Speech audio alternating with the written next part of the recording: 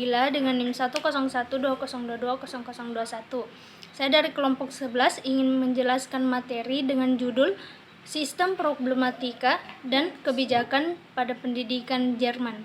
Yang pertama yaitu sistem pendidikan di Jerman, politik dan tujuan pendidikan.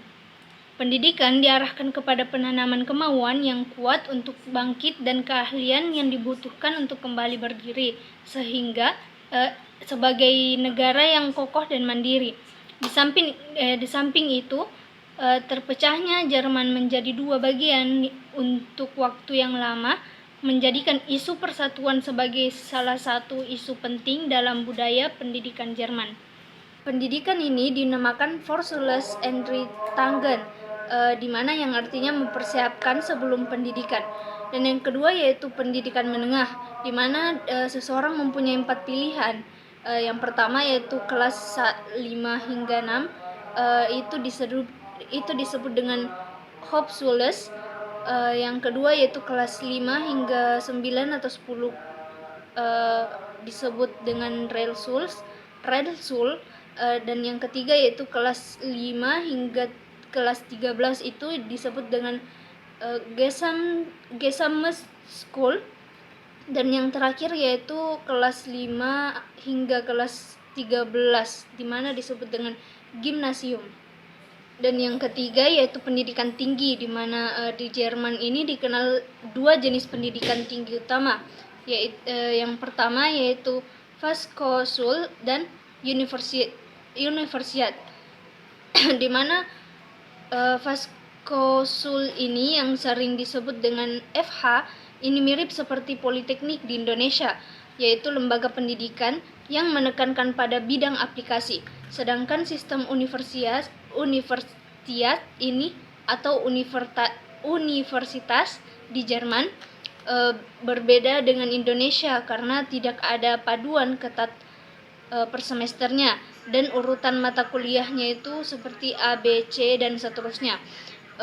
Mahasiswa ini benar-benar dituntut untuk mandiri, menentukan apa yang ingin dipelajari, ujian yang diikuti dengan apa yang dia lakukan dan dia mau. Selanjutnya yaitu manajemen pendidikan.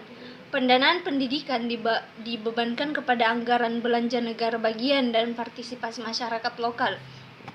Pembagiannya itu meliputi pendanaan biaya personil yang dibebankan kepada negara bagian dan infrastruktur yang melibatkan partisipasi masyarakat. Selanjutnya yaitu kurikulum pendidikan. Nah, secara umum kurikulum pendidikan di Jerman ini dapat diformulasikan sebagai berikut. Yang pertama yaitu tujuan umum kurikulum. Ditentukan oleh peraturan sekolah atau sering dinyatakan pada mukadimal suatu keputusan. Dan yang kedua yaitu silabus. Rekomendasi metode mengajar dan model rencana pembelajaran ini diputuskan oleh Kementerian Negara. Dan yang ketiga yaitu mengenai buku teks.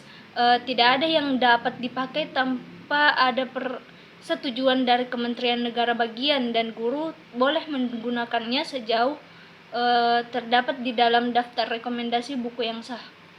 Dan yang keempat yaitu metode mengajar. Metode mengajarnya ini bukan teacher centered tapi student centered, yang sifatnya itu open instruction atau biasa disebut dengan murid belajar di atas dorongan sendiri. Dan yang terakhir yaitu evaluasi dan penelitian pendidikan. Dalam sistem pendidikan Jerman tidak ada evaluasi nasional yang dilakukan secara teratur mengenai hasil pendidikan sebagaimana di Indonesia. Evaluasi dalam pengertian evaluasi program ini sangat terbatas pada penelitian yang ditugaskan pada suatu komisi atau panitia. Pendekatan yang dipakai untuk mengetahui pencapaian murid sepenuhnya itu diserahkan kepada guru selama proses belajar berlangsung. Bismillahirrahmanirrahim. Assalamualaikum warahmatullahi wabarakatuh. Perkenalkan, saya Nur Hikmah dengan stom 101 2022 0047. Di sini saya akan melanjutkan materi dari rekan saya, yaitu sistem pendidikan, yaitu problematika pendidikan di Jerman. Masalah pendidikan di Jerman pada tahun 1990-an berkisar masalah reunifikasi antara Jerman Barat dan Jerman Timur. Jerman Barat dikenal dengan sistem pendidikannya yang mementingkan kualitas atau tradition quality, sedangkan Jerman Timur lemah akan hal itu. Tetapi di lain sisi, Jerman Timur juga memiliki keunggulan selanjutnya, yaitu kebijakan pendidikan di Jerman. Nah, kebijakan pendidikan di Jerman ini ada 5.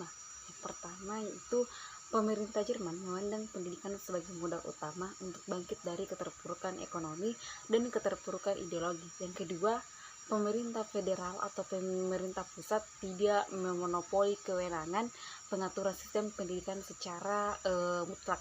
Yang ketiga, setelah Wiedervereinigung atau penyatuan kembali Jerman Barat dan Jerman Timur, masyarakat Jerman dapat melihat ketimpangan antara dua wilayah dalam berbagai bidang termasuk pendidikan. Yang keempat, pemerintah Jerman sangat memperhatikan kualifikasi guru. Yang kelima, keterlibatan masyarakat dalam menciptakan pendidikan ini berhasil cukup besar. Jadi kesimpulan yang dapat diambil dari sistem problematika dan kebijakan pendidikan di Jerman yaitu pendidikan di Jerman dikatakan dipengaruhi oleh humanisme naturalistik yang tercermin dalam pembagian jenjang pendidikan high school dan gimnasium. Otonomi yang sangat luas pada daerah negara pada bagian menerapkan kebijakan pendidikan di Jerman menciptakan kompleksitas yang merupakan tantangan tersendiri bagi pemerintah federal dalam mengharmonisasikannya. Tidak mudah untuk mengubah tradisi pendidikan di Jerman yang sudah berusia ratusan tahun. Mungkin itu saja yang bisa saya sampaikan. Mohon lebih dan kurangnya dimaafkan. Wabillahi taufiq wal hidayah. Wassalamualaikum warahmatullahi wabarakatuh.